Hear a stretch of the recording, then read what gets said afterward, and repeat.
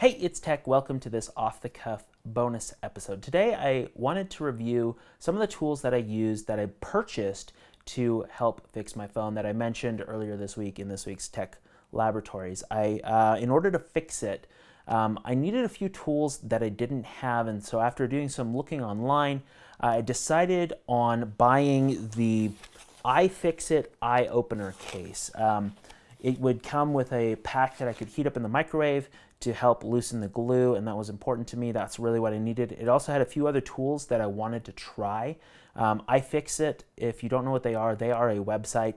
They tear down basically every electronic device from every manufacturer as it comes in. They make repair guides that are really useful.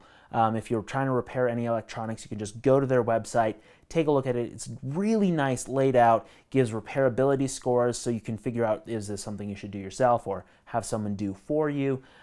They also have a line of tools that they sell for making these type of repairs. And so I figured if anybody was going to have good tools for the repairs, they would. So I bought their iFixit eye opener kit. So I wanted to review really quickly what was good about the kit. There's a couple things I didn't like, but mostly I am really happy with the tools that came with this. So first of all, I wanted to review the eye opener itself, which is this. What it is a gel-filled sock. I don't know what you'd call this. It's plastic and some nylon or something. It's microwave safe. What you do is you take this unit, you put it in the microwave, you heat it up, and then it lays with the clear side down on your device and transfers heat into whatever you need to loosen to help liquefy the glue, to loosen it up a little bit so that you can either pry things up and then scrape off or otherwise lift and separate it. For my fixing, I needed this to remove the speaker panels from my phone to get at the screws and open the rest of it up. The motherboard was glued onto the battery and the battery was glued onto the screen, so I had to use it a few times. It took me a little while to actually figure out exactly how to use it. There's instructions on it, and they have instructions online. They say 30 seconds in the microwave, don't exceed 2 minutes, blah, blah, blah. You could blow it up and kill yourself. It does get really hot. I have an underpowered microwave, and what they don't tell me was how much wattage was it supposed to be, so I couldn't actually figure out an offset. In the end, it needed to be about 1.5 minutes in my microwave. That could be shorter or longer in your microwaves, I don't know, but it took me a while to actually figure out how hot I actually had to get it. Probably spent around half an hour trying just to figure it out, because I would take it out, try and heat it up, and it wasn't working, and then I'd put it back in the microwave, take it back out again, right, and bring it up to a hotter level until I finally figured out what I needed. Then it was easy from there on out. But initially, there's some learning curve to figure out how hot it actually needs to be. Fortunately, though, it does provide these two little tabs. These stay cool after the microwave, so you can just carry it and lift it. I thought I might need oven mitts. Nope, it's good. You can carry it, lift it by those little tabs. So overall, once I learned how to use it, it was good. Before that, there's just a little bit of a learning curve involved. The rest of the tools in the kit that came with it, we have these cards that allow you to push under things, pry them up, slip them up. It came with 6 picks. These are really useful, and I'll talk about them in a minute. A pry bar opening tool, which is double-ended, so you can lift things up. It's like a little mini plastic crowbar.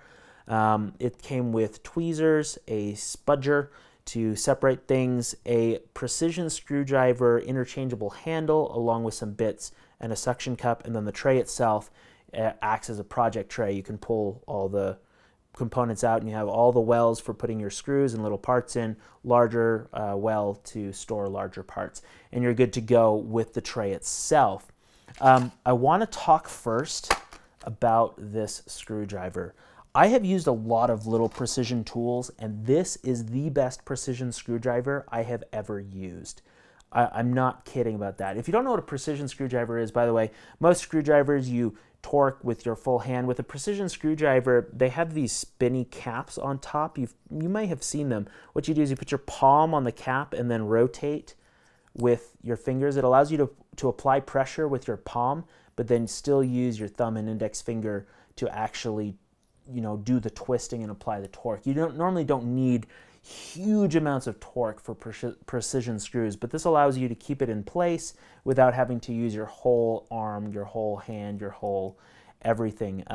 But this little guy, I was a little bit worried that it was going to be an interchangeable screwdriver and it was going to be utter crap, but it's not. It's got a good weight to the handle, so it feels like you have a lot of control and can apply a lot more force using the handle than some of the other precision tools I have. I have a lot of them. I'm looking over there. I have I can see 20 over on my desk right over there. But this is hands down the best precision screwdriver I've ever used. Their bits are really well made, well engineered. They're long enough that you don't feel like the handle's going to get in your way. You can move around things, hold things back with it. I'm actually probably going to go and buy the rest of their precision bit kit. I mean, it's that good that I think it can replace almost all of my other precision screwdrivers, which is saying a lot. So highly recommend that.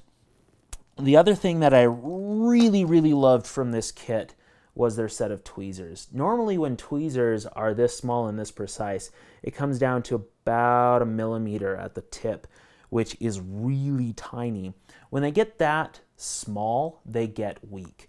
You can't put a lot of pressure. The things bend, they move out of the way. Normally the body of the tweezers is not stiff enough, or it'll bend out of the way. A lot of them use stamped sheet metal, so they'll be stamped stainless steel, and it just bends and deforms and you can't get a good grip. I actually, because of the adhesive tape that I bought, they came with a small little pair of tweezers and they deformed almost right away. But these have a strengthened tip. I'm not actually sure what metal they used, but it will hold all of your force right at the tip that I can put on it, hold it tight, hold it stronger than any other little precision tweezers that I've used before. These alone, so between the precision screwdriver and this, it made the kit well worth it. And I highly, highly, highly recommend these tweezers and that precision screwdriver. The opening tool, let me grab that real quick. And the Spudger. So this is the opening tool. You can see how it's got a slight curve on here. It's to allow you to insert the end and pry, or use it as like a lever or lever, depending on where you're from. It's for lifting things, opening, getting into things. Every nylon opener that I've used, this is a nylon plastic, by the way, every nylon opener that I've used suffers from the same problem. This has less of the problems. It's fairly rigid and it doesn't bend much, but it still deforms a little bit. That's actually a benefit, and that's why you use the nylon, is because it does deform and it's not going to mar the surface. But it also makes it really, really hard to get into some places because it'll deform rather than inserting itself properly into the slot.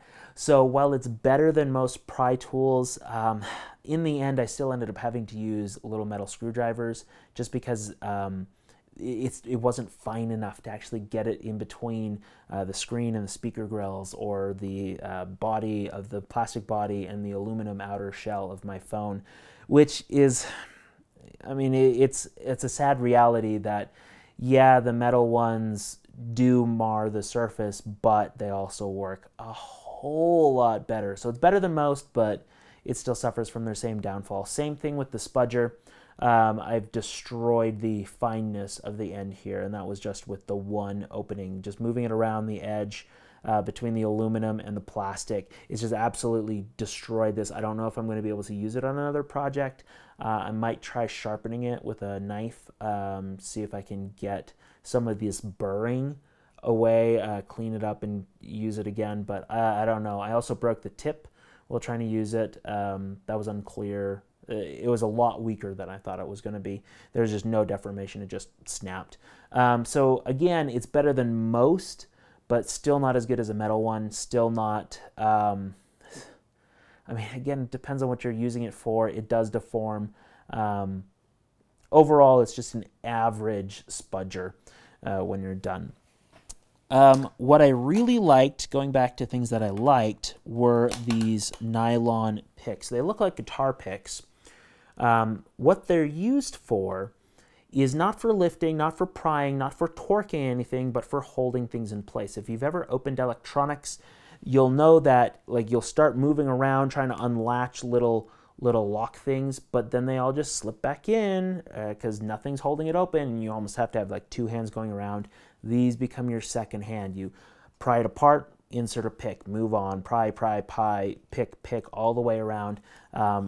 This is one of the things that drew me to this kit were these picks, and they work miracles. They're thin enough that you can get them in once you have the smallest, slightest gap. These will go in before the spudger actually, and you can get them in there and hold the space, and it just, again, helps so much to keep your project open. The cards are good, stiff plastic cards. I didn't need them for this particular project, but they're good for prying off adhesive surfaces and lifting things without actually using metal that might damage or pierce or break things. So they're good for what they're used for. I just didn't need them on this particular project.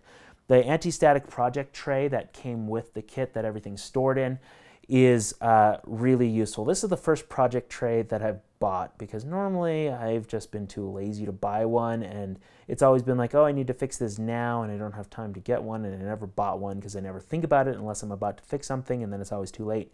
I'm really glad that I bought it, especially for this. There's too many little parts to keep track of in the orders. So in the future, that's going to help a lot. So don't be like me, buy a project tray. Maybe even consider buying this kit. Overall, I really, really liked it. I'm really glad that I got these tools. I can use them on future projects. And overall, the kit, I would give it a solid 4 out of 5 rating. There's a few things I don't like, but there's a lot that I really do like about this kit. There's a lot that I really like about iFixit. For my repair, they didn't have every step properly documented. There are some little differences between my phone and the one that they were showing. I had a few extra antenna attachments, an extra case grounding attachment, which there was no place for on my new part, and I was like, what so there's some research that I had to do while I was, you know, opening it up and fixing it, but I got it done, and overall, like, I'm really, really happy with my iFixit experience and would highly recommend them in the future.